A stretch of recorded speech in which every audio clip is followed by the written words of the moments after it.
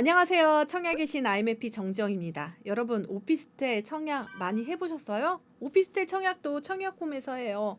그런데 요즘 제가 청약할 때마다 떨어지는 것 같아요. 오피스텔은 사실 청약 통장이 필요 없고 지역도 무관할 때가 있습니다. 그런데 오피스텔 청약이 조금 바뀌었다고 하니까 어쩌면 나에게 기회가 올 수도? 이렇게 생각할 수도 있는데요. 청약홈에서 청약하는 방법이 바뀌었다고 합니다. 어떻게 바뀌었는지 한번 보죠. 제가 이따가 오피스텔하고 생활형 숙박시설도 분리해서 설명해 드릴게요. 그러니까 오피스텔과 생활형 숙박시설이 뭔지, 그리고 아파트와 오피스텔의 다른 점이 뭔지, 사실 그게 그건 것 같지만 다르거든요.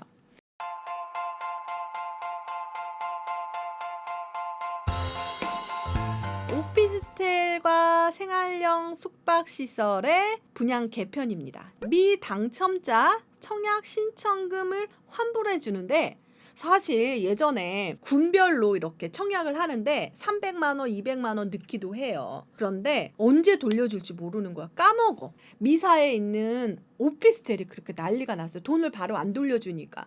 뭐 하는 거야? 이자 장사하는 거야? 막 그랬거든요. 그런데 이제 규칙이 생겼습니다. 바로 7일 이내 환불을 꼭 해준다고 하네요. 여러분, 이제 걱정하지 마시고요. 그리고 오피스텔의 분양권 전매 제한의 예외 범위를 넓혔대요. 이건 좋네요. 오피스텔 중에서 규제 지역에서 사실 전매가 불가한 게 있습니다. 전매가 불가한다는 건 집문서가 나와야지 팔 수 있다. 바로 소유권 이전 등기. 우리 이제는 이 방송 보시는 분은 이 단어 이제 꼭 기억하시죠?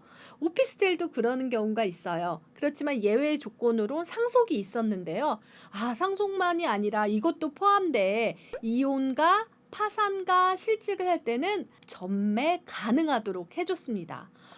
정말 숨통이 트이네요. 정말 실직하고 파산했는데 기존의 오피스텔 팔고 싶었는데 못 파셨던 분 팔 수 있다라고 합니다. 그리고 여기서 가장 중요한 건 인터넷 청약의 의무 대상인데요. 그전에는 300실 이상 오피스텔이에요. 그래서 299세대는 청약홈에서 하지 않고 자기 사이트에서 하거나 그리고 암암리에 팔기도 했었어요. 그래서 이런 정보는 사실 여러분들이 알 수가 없었던 거죠. 그렇지만 이제는 알 수 있는 거예요.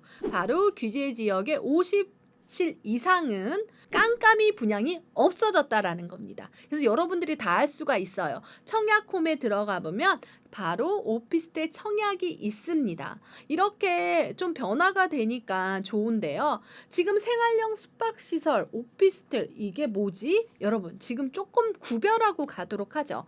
오피스텔 같은 경우에는 준주택입니다. 생활형 숙박시설은 청약통장이 필요 없고요. 그리고 사업자가 조금 달라요. 이게 다른 거예요. 오피스텔은 바로 임대사업자 등록을 하고요. 임대를 두는 거잖아요. 그런데 생활형 숙박시설은 숙박업 사업자를 등록을 하게 됩니다. 다르면서도 같은 거 같죠. 취득세라든지 부가세 이런 게 같은데 제가 알기로는 전세자금 대출에서 확 갈린다는 얘기를 들었습니다. 왜냐하면 지금 임대사업자니까 준주택이잖아요. 그래서 전세자금 대출이 나온다라고 합니다. 오피스텔은. 근데 생활형 숙박시설은 안 나온다라고 합니다. 그래서 대부분 전세를 놓더라도 조금 다른 데보다 저렴하든지 월세로 이렇게 낸다라고 합니다. 그러니까 오피스텔하고 생활형 숙박시설은 같으면서도 다르다라는 거 꼭 기억하시고요. 비슷하지만 조금 사업자가 다르다. 임대사업자다. 숙박형이다. 전세자금 대출 된다. 전세자금 대출 안 된다. 이렇게 생각하시고요. 이번에는 오피스텔하고 아파트하고 비교해 볼게요. 이게 오피스텔인데 어떨 때는 아파텔이라고 부르는 거 있잖아요. 그거 오피스텔이에요. 아파트는 아니죠. 보니까 오피스텔 같은 경우에는 업무시설입니다. 아파트는 주거시설이고요. 그렇게 해서 다르게 되겠죠. 그리고 지금 청약 통장이 필요 없어요. 오피스텔은. 그리고 가점제 없고요. 추첨제입니다. 당첨자 관리도 안 합니다. 뭐예요? 재당첨 제한이 없다라는 거죠. 그리고 오피스텔도 중도금 대출이 있는데 보증 기간에 따라 다르고요. 오피스텔 같은 경우에는 업무용이기 때문에 주택형이 아니기 때문에 다주택자도 오피스텔 같은 경우에는 대출이 나오는 경우도 있습니다. 전매 제한은 여러분 아까 얘기했지만 예외상으로 상속이 있다라고 했잖아요. 그런데 전매 제한에서 조금 유예졌죠. 취득세 4.6% 이렇게 되고 이게 제일 다르죠. 아파트는 조정 대상 지역에 따라서 주택수에 따라서 1%에서 12%까지 이렇게 되는 겁니다. 그래서 오피스텔하고 아파트의 가장 다른 점은 그냥 오피스텔은 상가라고 생각하면 돼요. 상가인데 잠을 잘 수 있는 상가라고 생각하면 이제 구별이 되겠죠. 그렇기 때문에 뭐 청약을 할 때 청약 통장이라든지 재당첨 제한이나 그런 게 없고 4.6%의 취득세를 낸다라고 생각하시면 되겠습니다. 오피스텔 같은 경우도 임대사업자로 등록을 해야 된다는 거죠. 오피스텔의 청약 접수 방법을 한 번도 못 해보셨기 때문에 제가 한번 이렇게 가져와 봤습니다. 어떻게 하냐면요. 바로 청약홈에서 하게 됩니다. 로그인을 하고 오피스텔을 선택하게 됩니다. 여기서 군 선택을 해요. 군 선택. 군 선택을 하게 되는데 여기 보면 청약 신청금이라고 있습니다. 아까 제가 어느 날 돈이 안 들어왔다는 거. 그 돈을 300만 원 정도 타입별로 넣게 됩니다. 그게 군별로 단 한 건만 거의 청약이 가능해서요. 만약에 내가 1, 2, 3, 4군을 다 한다면 300 곱하기 4 하니까 1200만 원 정도 필요하게 되는 거죠. 7일 동안 돌려주지는 않습니다. 그렇게 보니까 공모주랑 되게 비슷한데요. 그래서 청약 신청금을 하게 되는 겁니다. 청약 접수 완료. 청약 접수를 한 번이라도 했던 분은 쉽게 이해가 되겠지만 한 번도 안 해봤다면 제가 말한 순서대로 또 한번 해보시면 더 좋습니다. 나중에 300만 원을 내 통장에서 빼가기 위해서 계좌번호를 적으면 되거든요. 그래서 바로 빼가고 그다음에 바로 그 통장으로 돌아오기도 합니다. 그런데 청약 당첨되면 되게 무섭잖아요. 뭐가 무섭냐?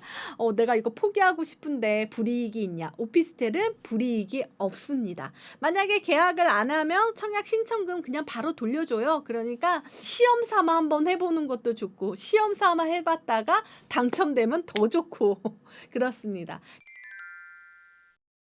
제가 만약에 오피스텔을 투자를 한다면요. 어디를 투자를 하겠냐? 좀 더 역세권이었으면 좋겠고요. 그리고 초소형보다 조금 넓은 그러니까 방 하나 방 2개 뭐 이 정도 있는 오피스텔이었으면 좋겠고 원룸 같은 경우에는 다른 대체 상품들이 많잖아요. 도시형 생활주택이라든지 원룸 그냥 다가구도 많으니까 그래서 조금 아파트스러운 곳을 투자하는 게 어떨까? 요즘 전용 면적 84제곱미터도 있더라고요. 아파트를 투자 못한다면 오피스텔을 하면 좋죠. 그래서 신청 자격 같은 경우에는 대부분 만 19세 이상은 무조건 이렇게 할 수 있는 거죠. 그리고 법인도 거주 지역에 또 할 수 있습니다. 1인당 최대 한 건의 청약을 가능하고요. 군별로 거의 가능해요. 근데 오피스텔 같은 경우에는 최근에 많이 하는 이유는 사실 주택이 아니라는 이유, 대출이 가능하다는 이유로 많은 사람이 투자했는데요. 생활형 숙박시설 같은 경우에는 그 사이트에서만 접수를 했어요. 예전에 아마 노태캐슬 마곡에 있는 거 했을 때 기억나세요? 노태캐슬 들어가서 했던 것 같은데 이제는 청약홈에서 한다라는 겁니다. 생활형 숙박시설도 오피스텔하고 똑같은 관점에서 투자로 접근한다면 여러 가지를 따져봐야 되겠죠. 여러분, 이 영상이 도움되셨다면 구독, 좋아요, 알림 설정 꼭 부탁드릴게요.